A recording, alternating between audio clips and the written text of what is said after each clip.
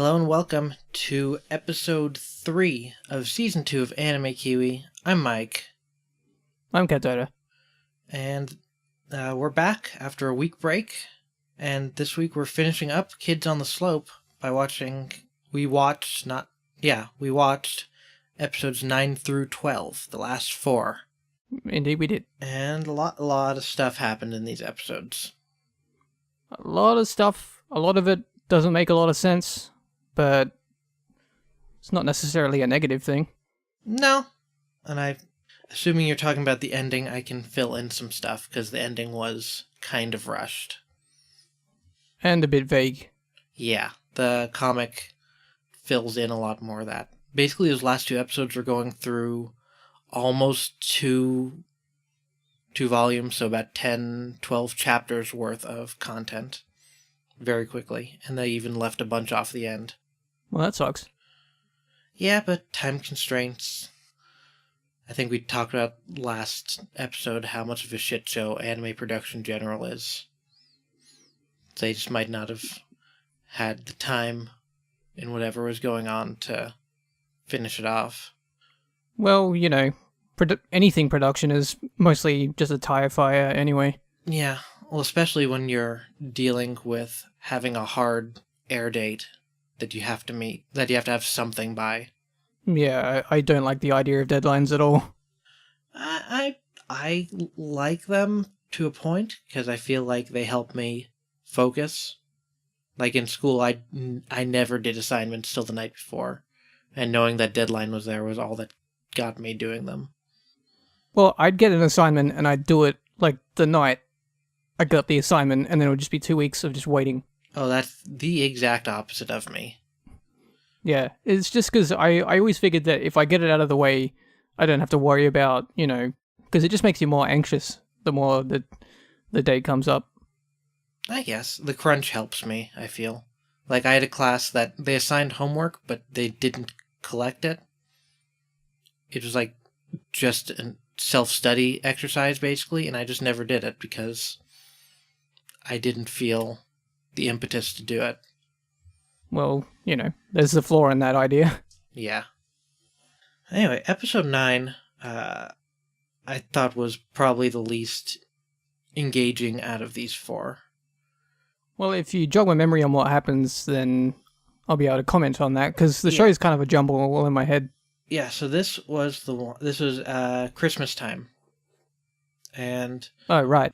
Pop Star Kid's having a shitty lame party and invites everyone, and Centaur and Richiko don't go because they got church, and Kaoru decides to go because he's trying to push Centaur and Richiko together. And doing a really bad job of it. Yeah, he does. He has a really bad job of a lot of stuff in these 4 episodes. Yeah, I mean, they really hammer home the idea that this guy doesn't, he's really emotionally immature. Yeah. He just doesn't, he constantly misses signals and stuff. Well, I think it's also that he's emotionally scarred, too, to a degree. He's been burned. Yeah. He's just trying to stem the pain, I guess, before it happens. Yeah, definitely. Yeah, so they go to church, and Kaoru goes to Pop Star Kid's party, and it's the lamest shit. Well, the girls sound like they're having a good time. Yeah, but, I mean, they're hanging out with Pop Star Kids, so they clearly don't know what's up. Well, the pop star kids do. Yeah, I guess. I hate that kid so much. Nothing will change that. It's awful. He's awful. He's the worst. Oh, he's alright. Nothing wrong with that kid. I don't like him. He rubs me the wrong way. He wants to be a pop star to help his family, and that's I can fine. Respect that. I don't like his personality, though. Like the weird, overly flamboyant thing he's got going. Yeah. We get it, show. He's gay. We get it. Yeah. His personality just doesn't jive with mine. Let's see. So, was it this episode or last episode that Junichi gets the job offer? I think it was this one, right? Yes. I think it is this one, yeah. Yeah, so one of his buddies, I guess it's a buddy, invites him to join him in starting up a publishing company in Tokyo.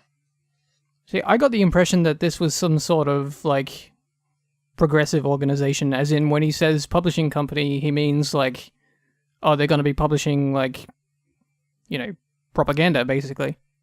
Yeah, that's kind of what I got out of it. Unless it's his friend from the activist group settled down a little bit. Yeah, I don't know. It was a bit vague. It's vague, and I don't know if it matters too much. Jun's getting a solid gig in Tokyo. Is the point. And I don't remember what happens after that. Don't they, him and, what's the girl's name? I'm really bad with names, have I mentioned this? Which one, Ritsuko or Eureka? Eureka. Don't they meet at the train station? They do. And you find out that Eureka ditched a matchmaking meeting to go meet him at the train station. Her parents are there to look for her. When Mikey says matchmaking, he means organized marriage. Yes, which is a thing in Japan. Which is fucked up. It's less fucked up in Japan than it is in other countries.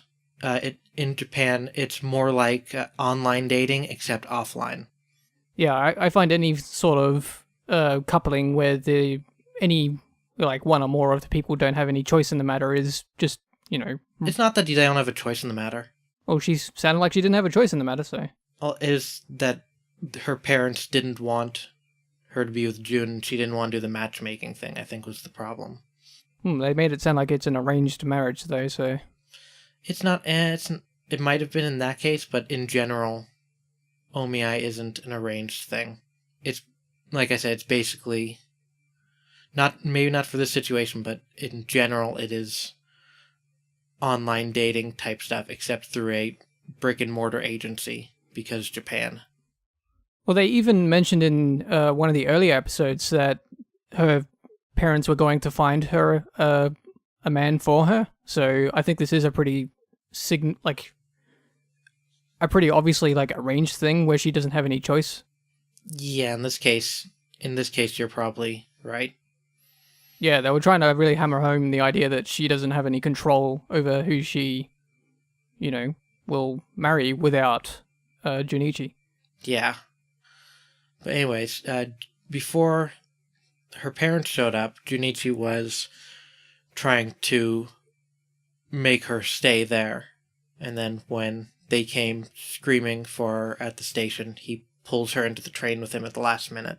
And they both go to Tokyo together. I thought something way worse was happening for a moment there. The way that it's kind of framed was a bit strange. I thought that she, as they were running towards her and they were yelling about the arranged marriage or whatever, that she was going to throw herself in front of the train. That's what I was thinking. That would have been fucking dark. Yeah, but turns out it's just Junichi pulling her onto the train.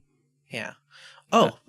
Before this, I guess Cool Dad told Kaoru and Sentaro that Jun was leaving, and Kaoru wanted Sentaro to talk to Jun before he left. But instead, they go to the jazz basement, and they have, I guess you could call it a jazz battle? I don't know what to call it, but they played some aggressive music at each other.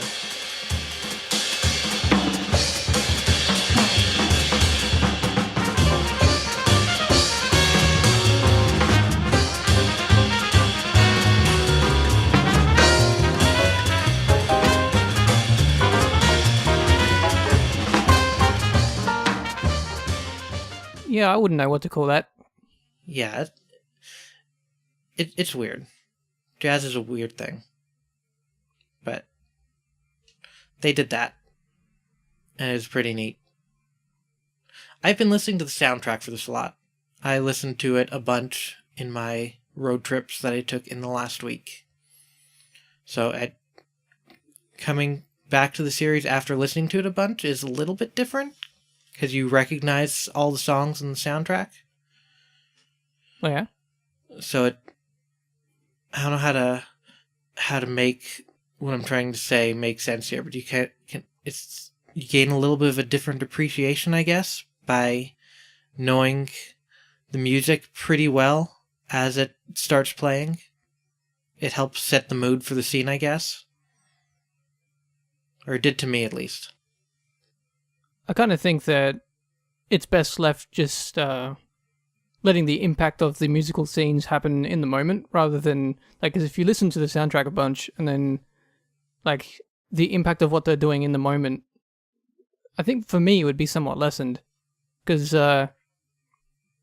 consistently what I kept thinking every time they'd have a musical scene is, it was impressive every time it would happen. Mm-hmm. And especially how well animated, like, the drummer is and that sort of thing. The trumpet, too. They paid a lot of Yeah. attention to the trumpet in this one. I think they probably recorded the musicians playing and then tried to, not exactly rotoscope, but match the movements when they animated. I think so, yeah. Did you know the trumpet is a really hard instrument? I do know that, yes. Yeah. I pulled out my sister's pocket trumpet when I was at home and started playing around with that thing, and it's very difficult. Now, correct me if I'm wrong, because I've never actually played a trumpet, but is it that you play like a pitch, and then like the I forget what the parts are called, but like the plunger things that you press? The valves? Yeah, the valves. And they modify the pitch of what you, like the beginning pitch of what you blow, or is it something different? So you know how a brass instrument works, right? Vaguely. Okay, so I don't know the science behind it too well, because I'm not a science man. But the sound is, to a degree, dictated by the length of the horn. And so it'll get coiled up to just reduce the footprint of it. But when you press one of those valves, it extends the length of the horn somewhat. So it changes the sound that comes out. Changing the pitch, you mean? Right. You still have to do some with your mouth. Just like making the same sound and pressing the valve won't do all the work for you. Yeah, because the impression that I had is that when you play a trumpet, it's, the beginning note of what you start playing is what you're directly blowing into the instrument, rather than, pressing a valve or whatever. And that the valves modify the pitch of what you're already playing. Yeah. But you also, you do have to modify how you're buzzing, too. Yeah, it sounds interesting. I don't think I would be able to play it, probably because I don't have very good lung capacity. Oh, okay, yeah. I think it's fun. I've been enjoying it more than any stringed instrument I've ever tried. I stole it from my sister and brought it back down here, and I've been playing it still. I just ordered a book to get better at it, or to give me some sort of instruction. You should begin with learning that scale I told you about, and then just jamming on that. I'm beginning by learning the normal scale first, and how to play the notes. Oh, you mean the chromatic scale? Yes. Yeah, that's probably a good starting point, actually. Yeah. Get those half steps down and everything. Yeah, I have to learn. Besides that, I have to learn what fingerings play which different notes. Like the middle, like the sharps and flats too. Because I've only been concentrating on the major notes. I typically, when I'm learning an instrument, just like to play songs that I like, and then learn the theory behind the song that I learn, and then start improvising around whatever that is. Well, first I'm trying to get the actual ability to play the notes down. Yeah, that sounds like that's like, most of learning that instrument to begin with. That's what it certainly what it feels like. Because hitting the high note is really hard. I have trouble doing it. I have one good octave in me, basically. Oh, damn. Well, I don't have access to a trumpet, so I don't think I could try one. I think it's fun. I think I'm gonna stick with it. But anyway, they played that train, and then Kaoru goes back to the record shop and opens up the piano, and the gloves that Richiko's been knitting for him are there. Oh, I forgot. Earlier in the episode, there was a bunch of confusion between Richiko and Kaoru, and she got upset and threw the gloves in the trash, and stuff happened again, and she went out looking for the gloves in the trash, and Yurika came and helped dig through the trash to find them. Yeah, and this is kind of the beginning of a little bit of my frustration with the show in this, the third act, I guess you could call it. Mm-hmm. She kind of makes an ultimatum to say, she's going to, tell Kaoru how she feels and everything, but she never really follows up on that, so it's like a completely, empty thing. She made a promise to herself that she just doesn't follow up on at all. Yeah, I feel like in the comic, that may have been fleshed out a little bit more, but I don't know. Pretty weird. It seems like it just kind of went unsaid in this. But that was the end of this episode. I recall feeling like this was kind of a weak episode in these 4. Yeah, I didn't feel particularly strongly about it. But it's kind of necessary to set up some stuff later in the show, I guess. Yeah. So, in the next episode, episode 10, Kaoru asks Sentaro if he also got a gift from Ritsuko, and finds out that he didn't. Sentaro, all he got was like a string or something from his younger sister. I don't remember. That was weird. That was a weird thing. But Kaoru, started piecing together what Ritsuko was putting down. And he's still doing it rather poorly. Yes. So let's see. Then Kaoru goes to Sentaro's house and is helping him study because he learned that Sentaro is at risk of not getting into the next year of school. And he doesn't want that. So they're there and they take a break, and for whatever reason, one of Sentaro's sisters wets herself while she's on Kaoru, and he has to go take a bath. And while he's you got peed on. Yeah, he got peed on. Never fun. I guess some people might, but... Hey man, don't yuck their yum. I'm not. It's just it's not relevant to the story. Kaoru clearly wasn't into it. But anyway, Kaoru has to go take a bath, and he finds out the hard way that it is a shared bath between Sentaro and Ritsuko's families, as I can't say her name right now. I can't say any words right now. Ritsuko. As she walks in on him. He might be into that. He might be into that. She might not. She might be, though. I don't know. Who knows? But anyway, so they talk through the sliding door, and he fucks it up again, because he's kind of a fuck-up, and he questions whether she really likes him or Sentaro, and she gets all sad and goes away. And then he apparently catches, the plague on the way home, because in the next scene where he's trying to fight for life and drag himself out of bed, I don't know, I've never gotten that sick, but it seemed like he only got a cold and was on death's door. Yeah, that was a very strange choice for the show, I guess, to make him look sick and make it look way more serious than it actually was. Yeah. But Sentaro makes Ritsuko go visit him because he's apparently dying. And this is where Kaoru realizes that Ritsuko actually does like him, and he drags and claws himself out of the house to go see her as she's leaving. And then as he goes to kiss her, he collapses. He got the vapors. He got the vapors. And then after that, there's a little bit of a time skip.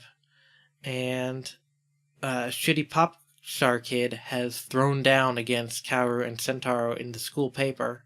He's not that shitty, man. He's an okay kid. I don't like him that much. When you get past his flamboyance, he's just a good guy. But he's thrown down against Jazz Club. They're gonna have a showdown at the upcoming school festival.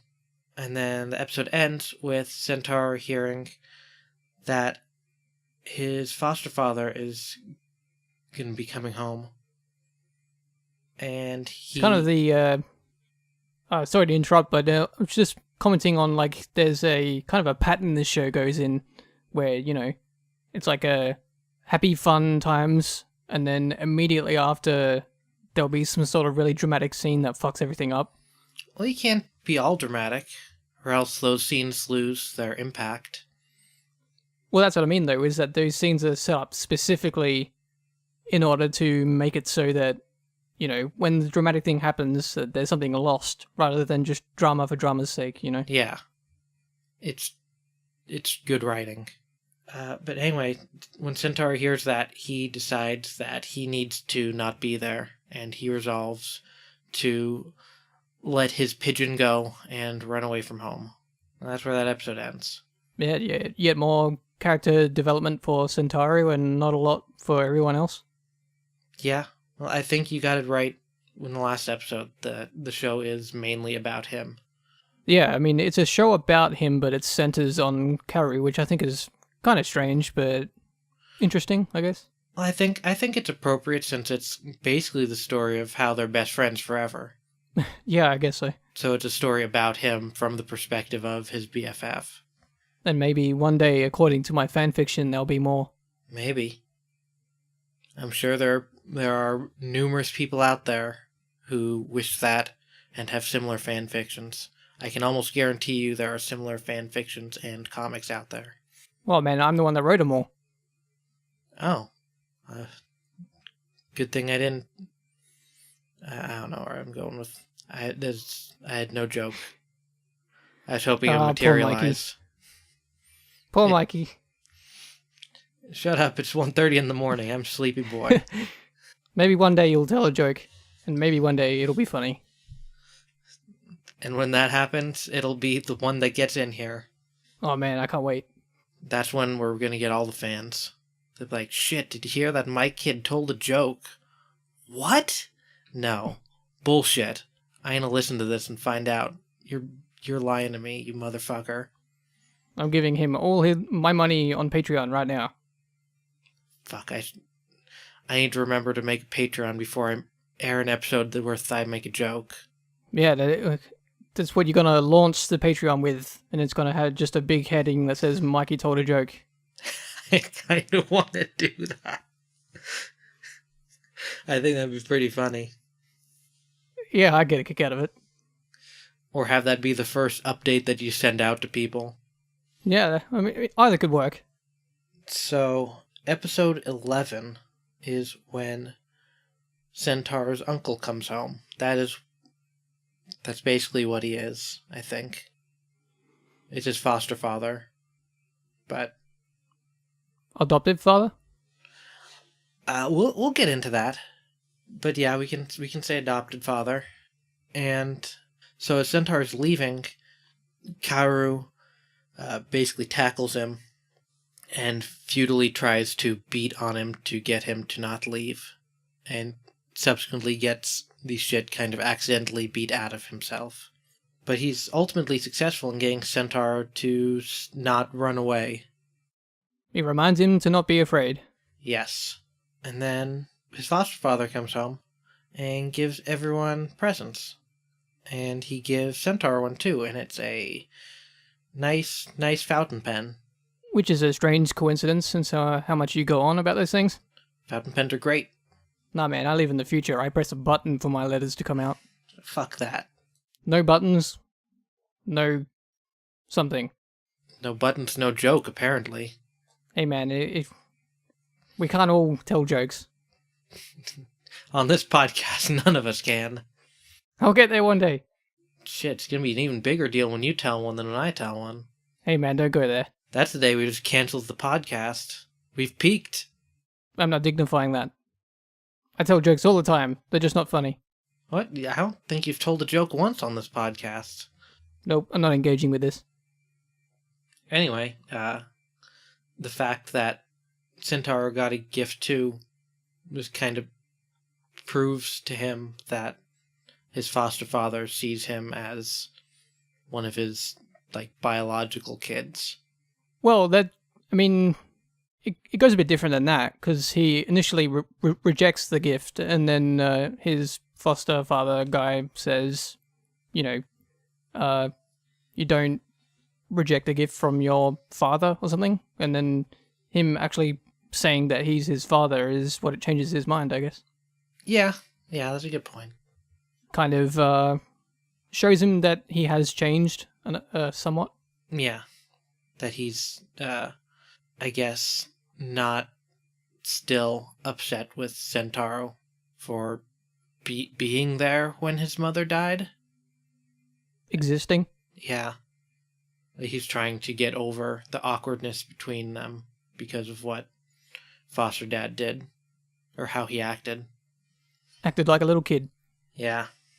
So anyway, after that, Kaoru and Centauro are starting to get ready for the festival, and they ask Cool Dad to play bass for them in their performance, which I was pretty jazzed, pardon the expression, when that what's the word I'm looking for?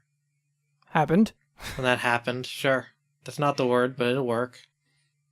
Hey man, he can play my bass anytime, if you know what I mean. What do you mean? I don't know. Commit to the bit, damn it. You just gotta leave it sitting there, man. You gotta let them, use their imagination. What could that mean? Anyway, so, that happens, and they practice for a while.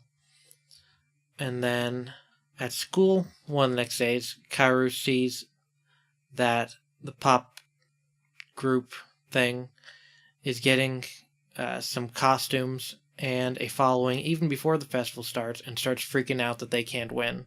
So in trying to figure out what to do to beat them, they, for whatever reason, decide that Ritsuko is their trump card and convince her to be the vocalist for their group.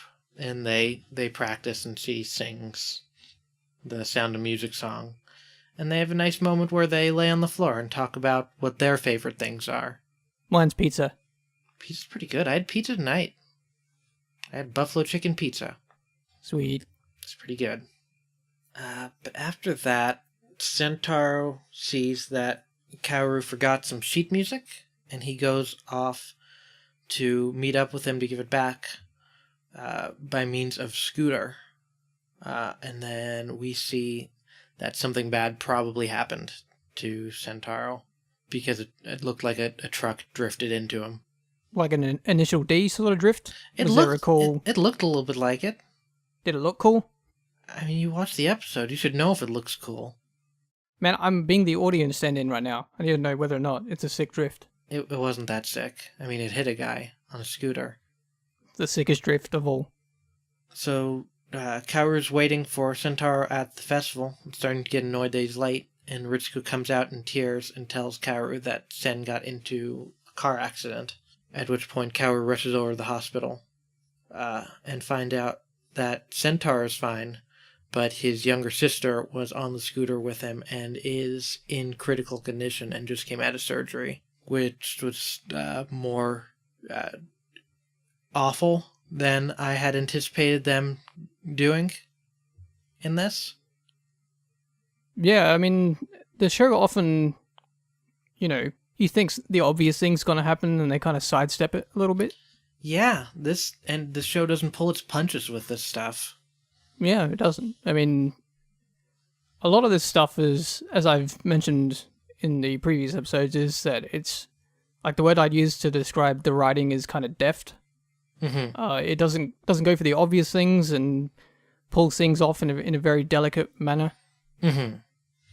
But anyways, they let Kaoru know that Centaur's more or less fine and is around. So Kaoru knows exactly where Centaur is going to be and heads up to the roof.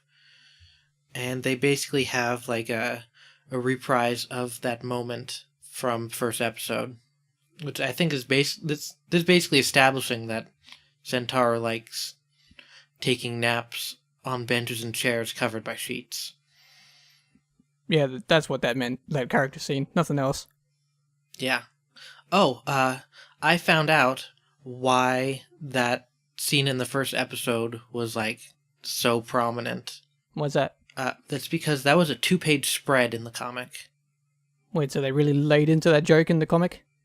Yeah, and that might have been like, that's probably the first like good show of the characters in the comic. So it's probably kind of an iconic tableau, and they're just carrying it over the anime. Well, that makes sense, I guess. Why it's there to begin with is still kind of in question, but that's why it was prominent like that. I kind of got the sense that them doing that again it's they're kind of like bookending like stages of their friendship. Yeah, that's probably what it is, but... Or it's just pointless visual metaphor without anything obvious. Yep. Sometimes... It could be anything. Sometimes a weird blanket sheet nap is just a weird blanket sheet nap. And sometimes it's a dick. Sometimes it's a dick. I don't know if it was a dick in this case. Might have been. It could have been. Anything can be dicks. Everything can be dicks. If you're reading this show in a Freudian or Lacanian way, I bet everything is a dick. It's very possible. But anyway, Kaoru comforts Centaur, and they have a good cry up there.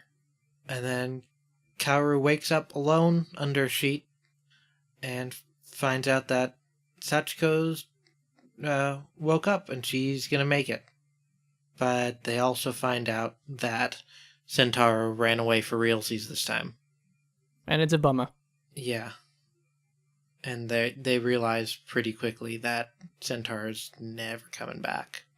And they spend some time looking around for him, too.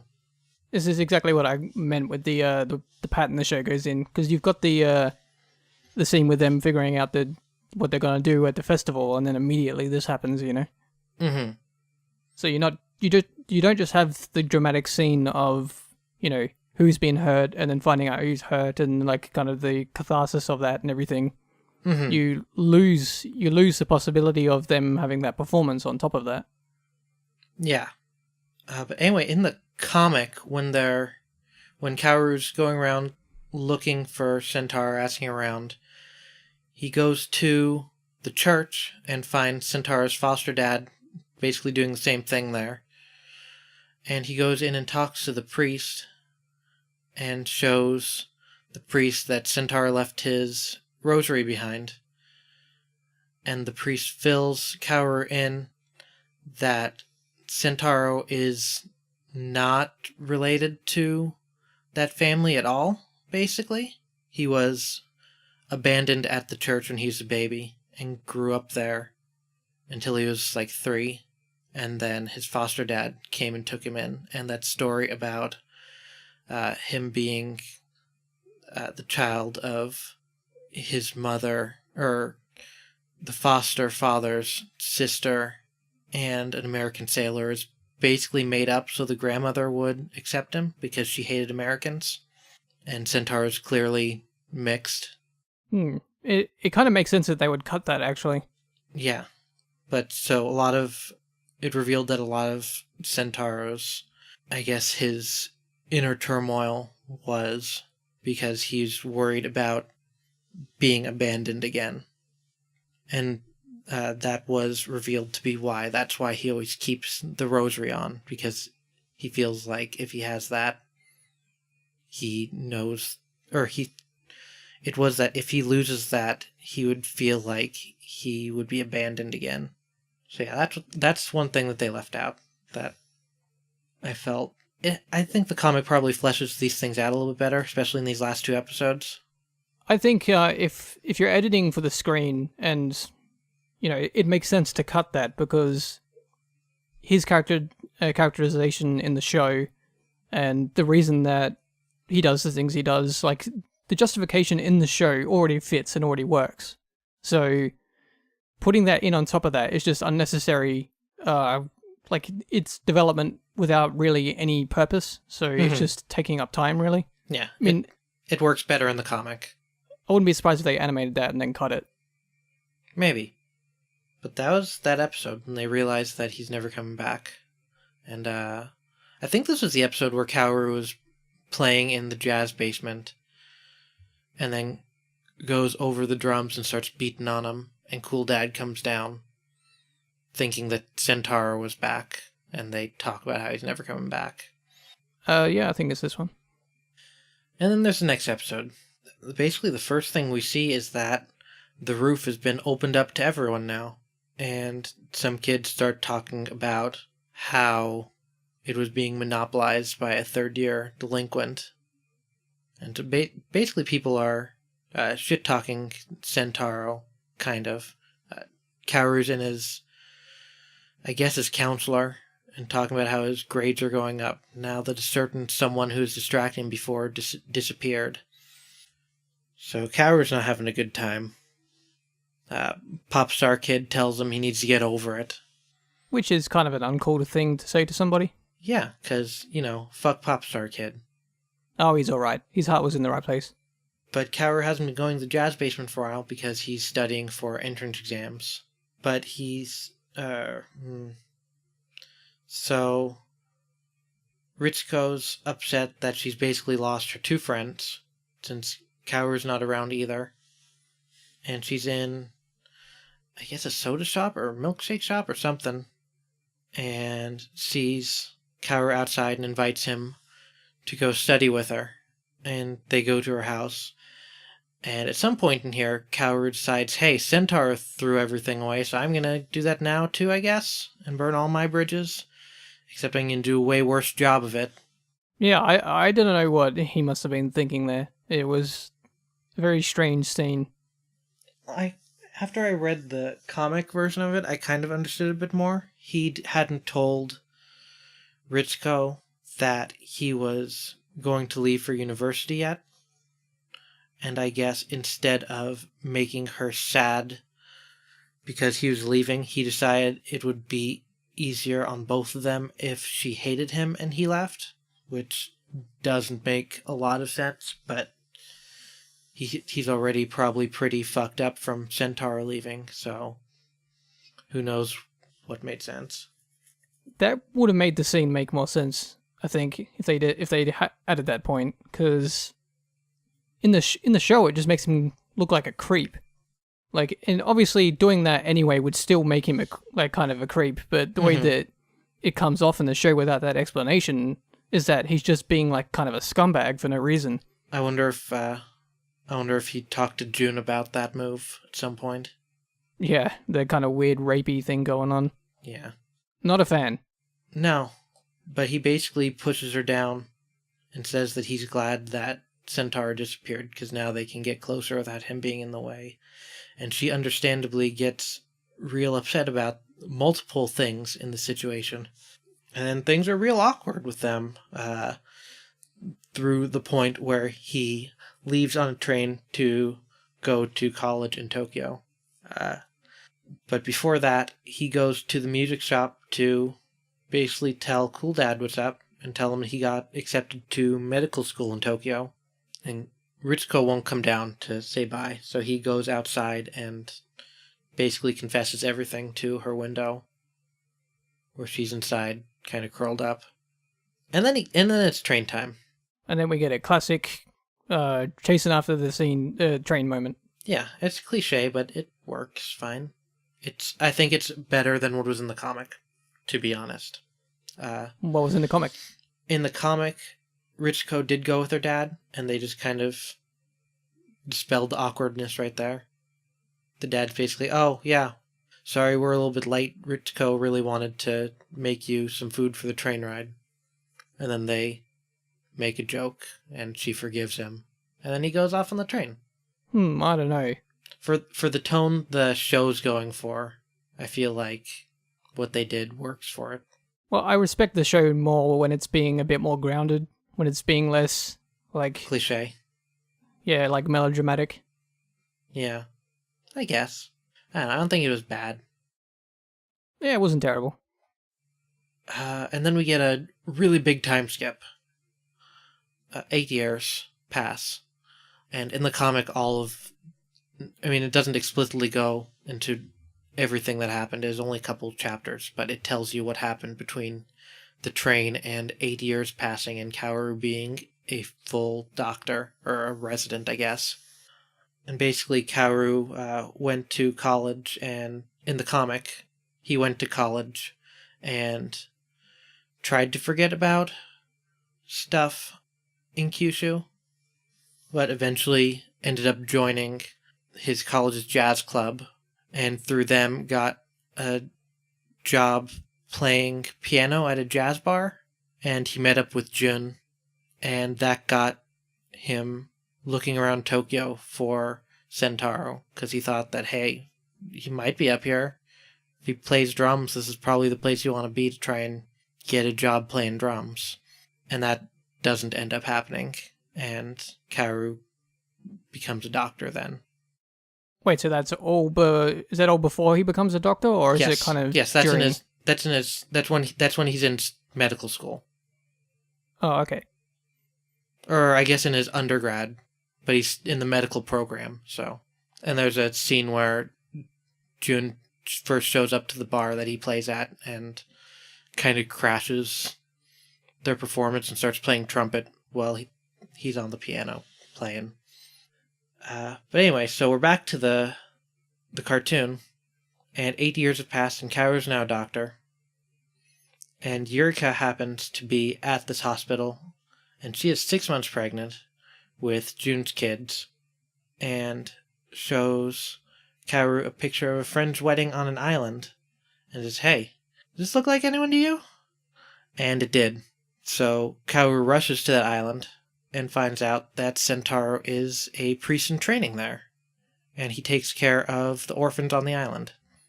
So he goes into the church and starts on the organ playing Monin, and Sentaro hears and rushes into the church, and they have a little jam session on... There's drums in there for whatever reason, and they start playing, and the head priest comes and they run away. And down a nearby slope, and at the bottom of the slope, Ritsuko's there, and it looks like she has a postcard. I guess Yurika told her too. And then that's the end of the series. And the ending just kind of comes out of nowhere, and then that's it. Yeah, it just kind of stops. I didn't think it was a bad ending, it just felt rushed.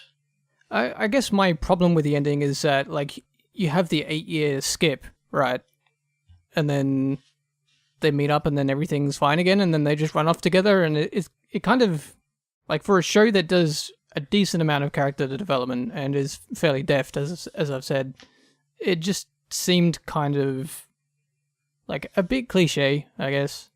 Yeah, I guess. I think what it was going for is that even with that much time passing, real-ass friendship like that can stand up to it, and you can just get right back into it. I think I agree with that, yeah, but it just seems like a bit overly simplistic, I guess, is what I'm trying to say. Yeah. In that case, I do recommend reading the last couple volumes of the comic, because there's more after that, too. Yeah, I'm curious to hear what exactly they do after that. So basically, they keep in contact, and I guess some of their friends from school get married at Centaur's church, and Kaoru goes back there, and they all play for the wedding. I think Jun was there too and was playing trumpet, and Ritsuko was singing and all that. One thing I didn't mention about the comics was that Kaoru and Ritsuko were keeping in touch while Kaoru was in college. And then one day, Ritsuko gave Kaoru the number to the apartment she's living in, I guess alone, because she's going to college too, to be a teacher. and a guy answers and says not to call anymore. So Kaoru is pretty upset about that, in addition to not knowing where Sentaro is, and just in general. But after their friend's wedding, Eureka explains that that was a guy that was interested in her and was, I guess, insistent or overly enthusiastic. I don't know what the word she used was, but he was a dick. Creepy stalker? He was a dick, and she didn't tell him to do that, and she didn't know how to call Kaoru to apologize and tell him what was up. But the comic, I believe, ends at that wedding and them making up and everyone being kind of happy because they're all friends again, they know where each other are.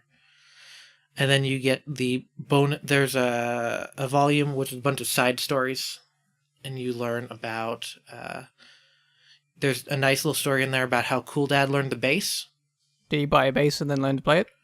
No, there's I think he's basically peeping on some friends, or not some friends, some people in the neighborhood who are doing some jamming out to jazz, and he made friends with them.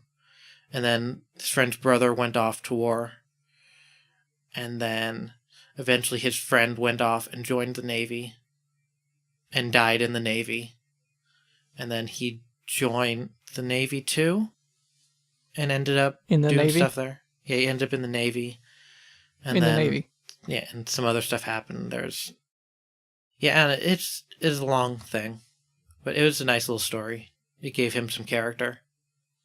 I forgot what time period it is in for a while, so I was kind of surprised when it was a World War II thing all of a sudden. But anyways, after the direct epilogue, you find out that Kaoru and Ritsuko surprise got married, and she is pregnant with a kid, and also that Eureka had twins with Junichi. And it's just Good nice. for them. Yeah, but the epilogue's just a nice little thing about basically them arguing about what instrument they're going to have Kaoru and Ritsuko's kid play. The guitar. They settled on the saxophone because none of them have the saxophone. What's a jazz band without a saxophone? Oh, fuck that. Saxophone's the lamest instrument. My sister feels very similar. She wastes no opportunity to complain about the saxophone. It just sounds cheesy whenever people play that thing. There's no way to make it sound cool. I guess. But yeah, it is a nice little epilogue. I recommend reading. I guess you could probably read the whole thing. I bet there's more characterization through the whole thing. Apparently, in the graduation scene, when the girl asked Train Kid for the button off his uniform, apparently they were going out? I don't know what the button off the uniform thing was either. That must be a weird Japanese thing or a weird 60s Japanese thing. I don't know. But at the very least, I recommend reading volumes 8 and 9 and the bonus stories. Well, I don't know how to read, so... I meant in general. I know you don't know how to read. I'll learn one day. One day, maybe. I mean, it's not that hard. Might be for you, but in general, it's not that difficult of an activity. Well, it requires effort, and I don't do anything that requires effort. Yeah, I mean, effort's overrated, isn't it? Meh. But anyway, that's Kids on the Slope. I liked it a whole lot. I thought that the ending was probably a little weak, but I don't think that... I won't mark it down too much because of that. It's about the journey, and the journey was fantastic. I still quite like the show, but I think they didn't make good on all of its promise. Mm-hmm. I think it would have been better if it had another episode at least. I think in particular with the lack of, more rounded character development for Ritsuko and the kind of not very good ending kind of soured me on it a little bit, but it's important to remember that the majority of it is actually really well done and well written. Yeah, it is only the last episode and a half that was kind of rushed out, it seemed like. I mean, the ending wasn't completely bad. The scene where they're playing in the church was a good scene. That wasn't in the comic at all, actually. it's a good way to, indicate why they were so close, and Yeah. them playing what is essentially the show's theme song. Yep. I liked it. What would you rate it on 1 to 10? I'd give it an 8, I guess. That's fair. I think I would give it I'd give it probably a 9. I liked it a whole lot. This is probably one of my top 5, if not higher, favorite anime. Yeah, I just knock 1 point off from the ending, and another from them not really making good on Ritsuko's character. That's fair. Anyways, Kids on Slope's really good, guys. I certainly hope you were watching along with us, because if you weren't, you just got the whole thing spoiled for you in these 3-ish hours of podcast. Yeah, and that sounds kind of bad, just listening to us waffle on about a show you're not even watching. You did a bad job, listeners that may have done that. Yeah, you fucked up. It's your fault. But thanks for listening, I guess. I don't know. There's probably someone who does that, and they're a weird person. Very strange. Yeah, very strange. Anyways, that's Kids on the Slope. Next week we will... Next week? You're not busy next week, right? Should have time. Should be fine. Yeah, so next week we're going to be starting up on Chihayafuru, which is probably going to be very different, but still that demographic from late teens to like late 30s woman, so still we're completely out of that demographic. Maybe not completely. We're not in the main part of the demographic, which is the female part of it, as far as I know. I think demographics are bullshit, so as long as it's good, who cares? Yep. But the point is, it is not a series that is targeting us specifically. Well, something that's interesting, there was this article, I think a couple of weeks ago, I forget where it was, but it was basically going over about how Netflix has found through their metrics and stuff that demographics are basically nonsense. Oh? Yeah, and they find that, like, people tend to cluster in groups based on what they like. Mm-hmm.